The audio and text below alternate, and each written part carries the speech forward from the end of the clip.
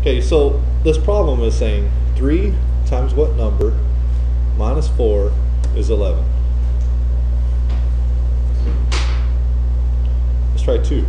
3 times 2 is 6. 6 minus 4 is 2. That don't work. 5. 3 times 5 is 15.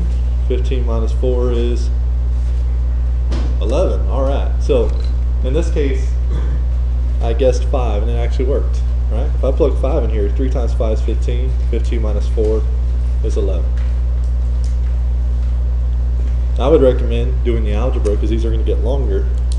You have 3 times n minus 4. Okay, so you have a minus 4. You want to get, your goal here is to get this n by itself. So there's two things you can do. This is 3 times n. You can divide by 3. But if you divide this by 3, when you divide, you have to divide this by 3, this by 3, and this by 3. And if you do that, you'll have 4/3 and 11/3. So it would be best to get the 4 and 11 together before you divide. So 3n minus 4. So what I would do is I would add 4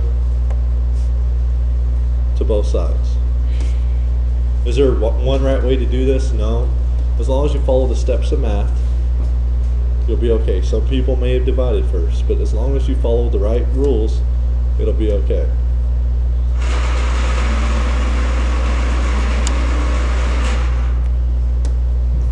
Minus 4 plus 4 is 0. So this will actually cancel each other. Because minus 4 plus 4 is 0. 0, you don't need to write plus 0. 11 plus 4 is 15. Common mistake I see in Algebra 1 students is you don't bring things down. 11 plus 4 is 15. Bring down your equal sign. Those canceled. Bring down your 3n. Now this problem is asking us 3 times what number is 15? You're good with multiplication. Like, well, that's 5, right? So this means 3 times n. The opposite of multiplication is division. So to get rid of a 3 times n, you would divide by 3. Reason why? 3 divided by 3 is 1. And 1n is just n. So you get n equals 15 divided by 3, 5. And if it were me, I would plug it back in. 3 times 5 is 15. 15 minus 4 is 11. So it works. There's no way that could be wrong in your IXL. This problem, what number divided by 5, and then you add 2 to it, well, you get negative 8. If I'm dividing by 5, it's probably, doesn't have to be, it's probably going to be a multiple of 5, like 5, 10, 15, 20. Let's try 5. 5 divided by 5 is 1. 1 plus 2 is 3. That can't work, right? I mean, I could just sit there and start guessing, or I could solve it. Okay, this means y divide by 5. I could multiply everything by 5, multiply this by 5, multiply this by 5, multiply this by 5. Or I could get rid of the plus 2 by doing minus 2, minus 2. Okay. The easiest way, there's not one right way. I would get rid of the plus 2. Because 2 minus 2 cancel.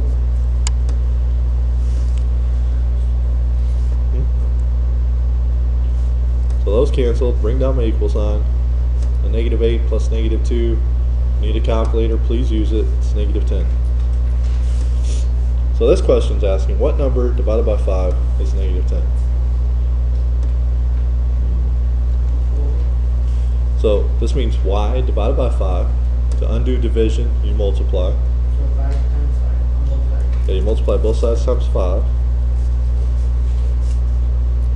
I like to use parentheses to indicate multiplication.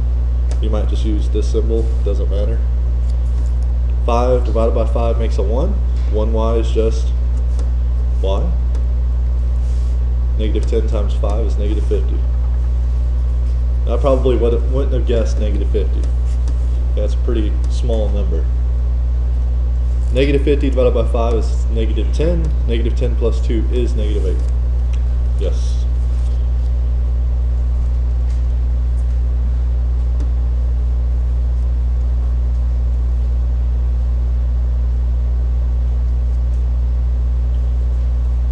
$16 and a coupon for $5 off at a local supermarket. So let's say the Price Chopper up the street. A bottle of olive oil costs $7. How many bottles of olive oil can you buy?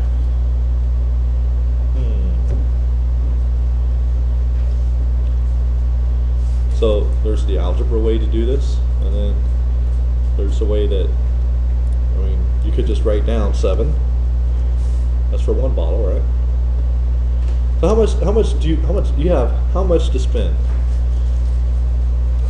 $16, but you have a $5 off coupon, so you really have how much? 21. You really have $21 to spend.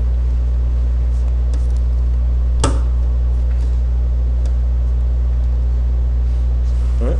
Because you have your $16 and your $5 coupon.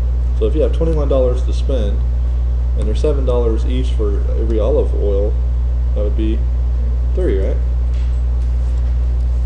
So you could buy 3 olive oils. Okay, a lot of this stuff you could probably do in your head. Now how would you write that? Let's see, you have $16 to spend, and olive oils is $7 each, right? I'm not going to use O for olive because it looks like a 0. Let's just use X. X equals olive oil. I should say number of olive oils. And then I would take 7x and do what? It's going to be $7 times each one, and then I'm going to take off $5 for that coupon. Alright? So that would be the equation. And then you would solve that. That's 21. Divide both sides by 7, and that's, you still get 3. Okay, so you have the mathematical way, what I would call the common sense way.